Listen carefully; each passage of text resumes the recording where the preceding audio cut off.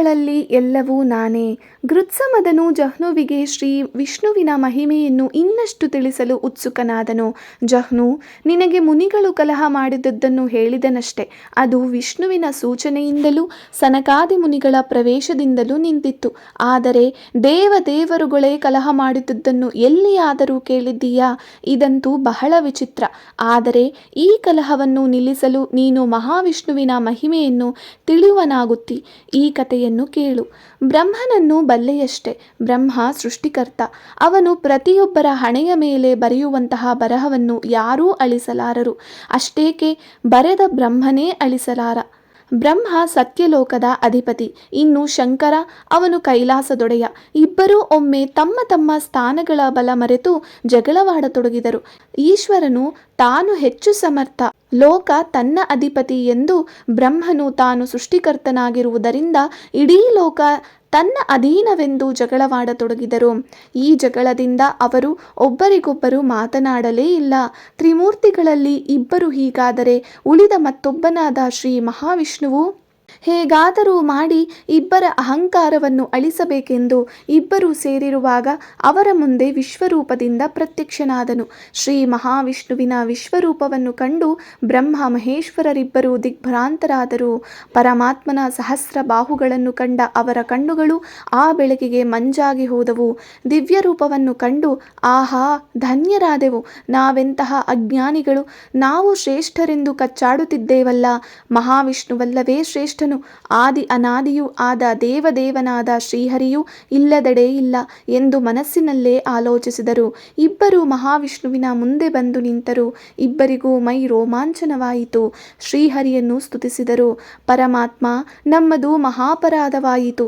ಸೃಷ್ಟಿಕರ್ತನು, ಜೀವಸ್ಥಿತಿ ಉಂಟು ಮಾಡುವವನು, ಲಯಕಾರನು ಎಲ್ಲ ನೀನೇ ಆಗಿರುವೆ.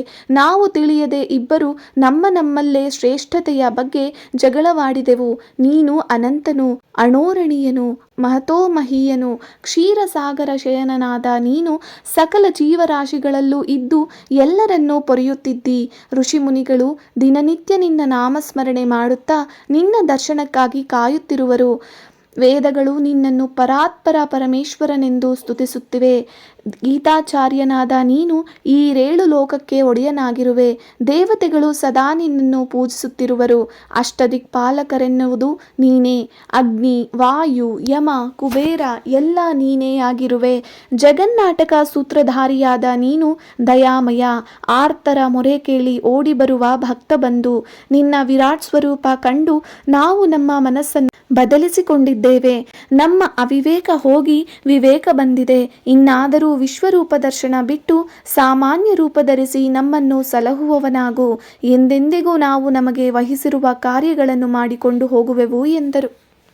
ಮಹಾವಿಷ್ಣು ತನ್ನ ದಿವ್ಯ ರೂಪವನ್ನು ನೋಡಲು ಶಕ್ತಿ ಇಲ್ಲದಾಗಿರುವ ಬ್ರಹ್ಮ ಮಹೇಶ್ವರರನ್ನು ಕಂಡು ಸಾಮಾನ್ಯ ರೂಪ ಪ್ರಕಟಿಸಿ ಅವರಿಗೆ, ಬ್ರಹ್ಮ ಮಹೇಶ್ವರ, ನೀವು ಅಹಂಕಾರದಿಂದ ನಾನೇ ಹೆಚ್ಚು ಎಂದು ಪರಸ್ಪರ ಜಗಳ ಮಾಡತೊಡಗಿದ್ದರಿಂದ ನಾನು ವಿರಾಟ್ ರೂಪವನ್ನು ಧರಿಸಿ ನಿಮಗೆ ಮನವರಿಕೆ ಮಾಡಬೇಕಾಯಿತು.